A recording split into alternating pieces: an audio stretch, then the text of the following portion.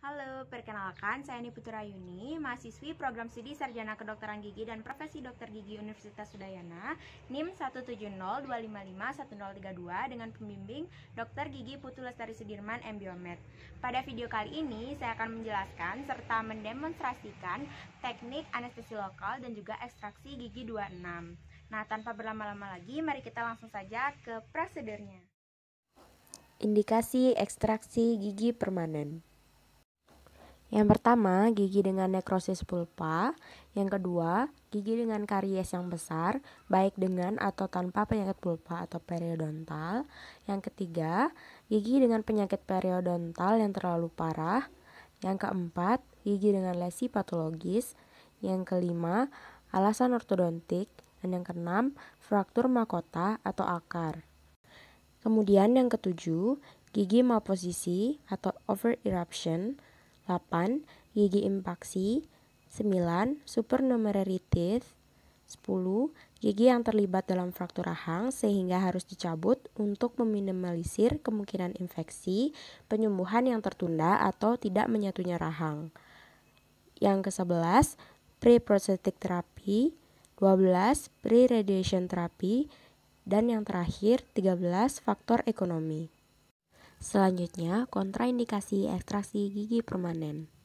Pertama, infeksi dental akut khususnya pada pasien dengan kondisi umum yang toksik atau demam tinggi sehingga pencabutan gigi harus ditunda sampai kondisi umum pasien baik. Yang kedua, perawatan infeksi perikoronal akut. Infeksi perikoronal akut dapat menyebar jika gigi yang terlibat dicabut pada fase akut. Yang ketiga, tumor ganas. Yang keempat, adanya penyakit sistemik seperti diabetes mellitus yang tidak terkontrol, kelainan darah seperti hemofili, leukemia, dan anemia, kelainan kardiovaskular seperti hipertensi, dan kelainan hati seperti hepatitis. Kemudian yang terakhir, pasien dalam masa kehamilan trimester 1 dan trimester ketiga. Persiapan alat dan bahan.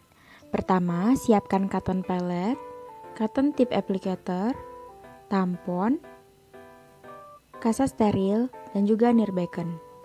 Siapkan juga povidone iodine dan depen glass, kaca mulut, pinset dan sonde, siring 3 cc dan needle-nya, PHK-in ampul, straight elevator, dan tang cabut mahkota gigi molar kiri rahang atas. Langkah pertama, operator menggunakan masker dan juga handscoon sebagai alat pelindung diri. Langkah selanjutnya, ambil siring steril, kemudian buka bungkusnya.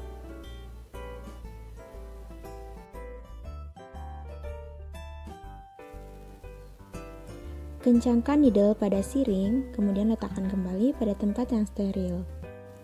Ambil ampul PHK-in, kemudian pastikan apakah seluruh cairan anestesi telah terkumpul di badan ampul. Nah, apabila belum seperti pada foto tersebut,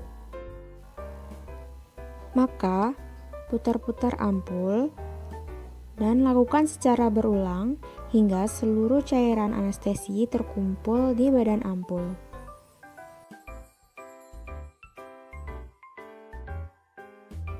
Berikut merupakan contoh keadaan di mana seluruh cairan anestesi telah terkumpul di badan ampul. Kemudian, patahkan leher ampul menggunakan bantuan kasa steril agar tangan tidak terluka.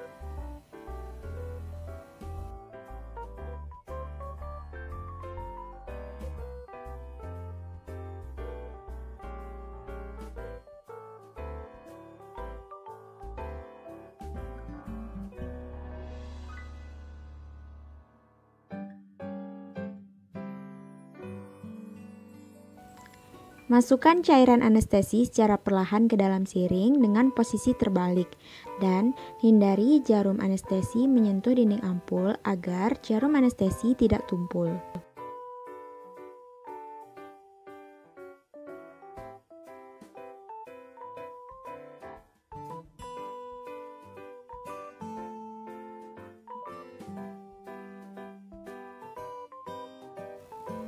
Ketuk-ketuk siring agar seluruh gelombang udara yang terjebak di dalam siring naik.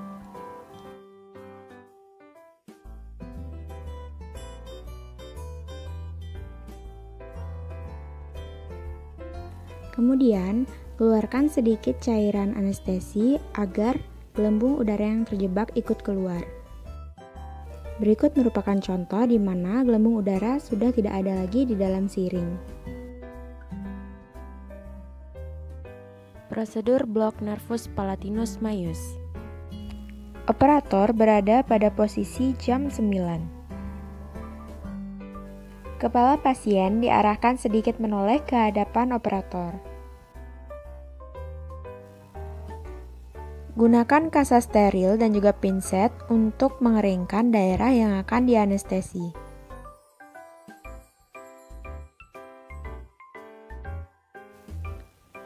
Aplikasikan povidone iodin dengan menggunakan cotton pellet dan bantuan pinset. Aplikasikan pada daerah yang akan dianestesi dengan gerakan memutar ke arah luar dengan tujuan sebagai antiseptik. Aplikasikan topical anestesi dengan sediaan gel untuk mengurangi rasa nyeri saat insersi jarum.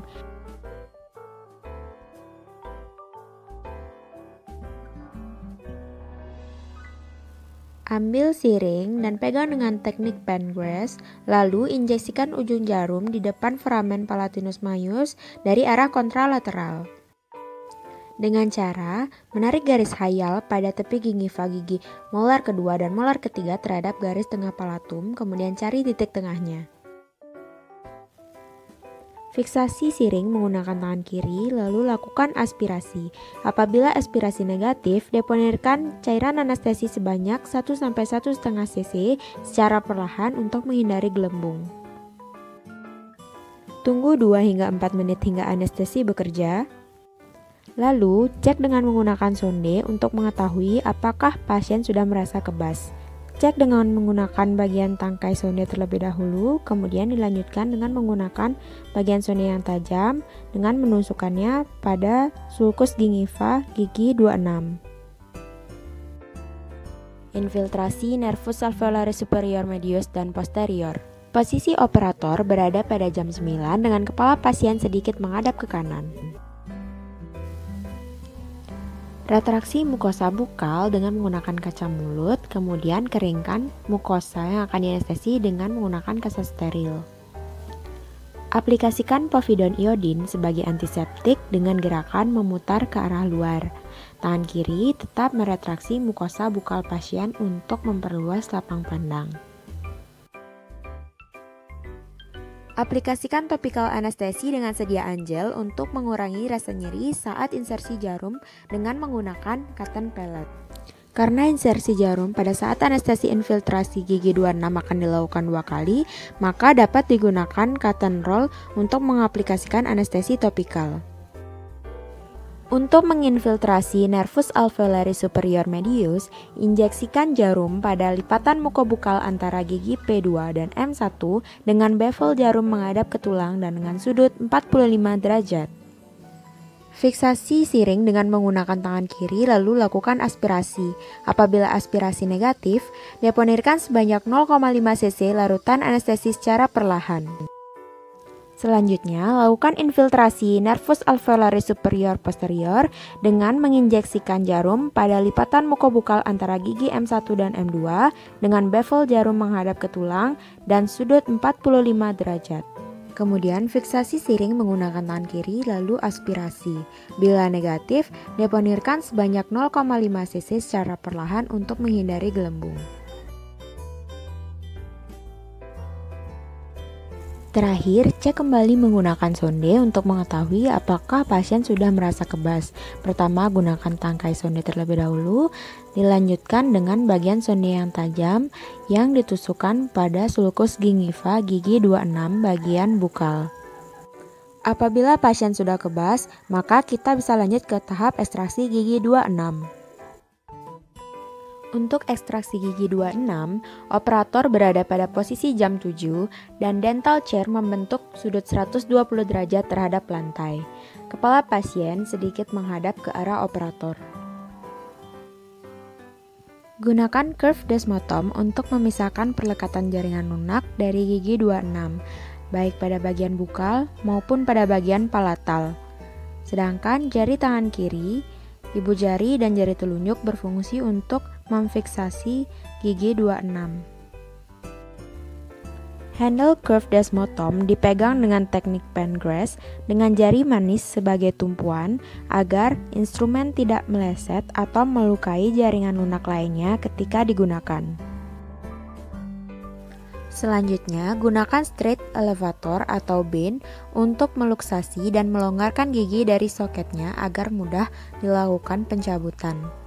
Luksasi gigi 26 pada bagian mesial maupun pada bagian distal dengan memposisikan bend di antara akar dan tulang alveolar dengan bagian konkav menghadap ke gigi 26. Dengan tangan kiri tetap memfiksasi gigi tetangganya.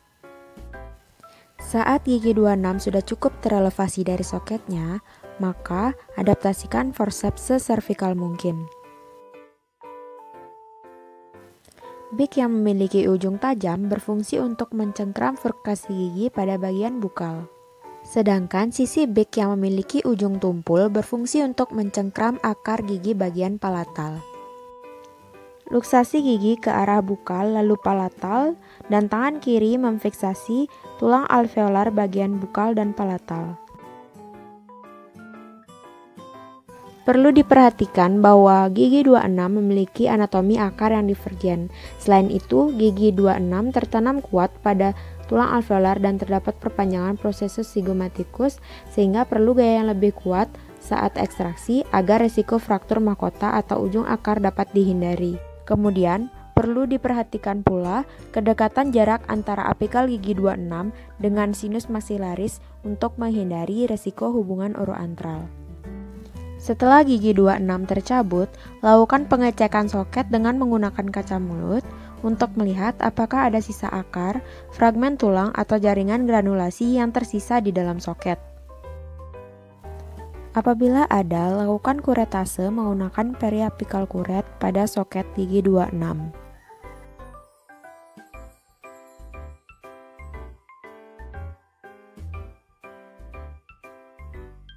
Setelah kuretase, lakukan irigasi dengan menggunakan larutan salin hingga soket terlihat bersih.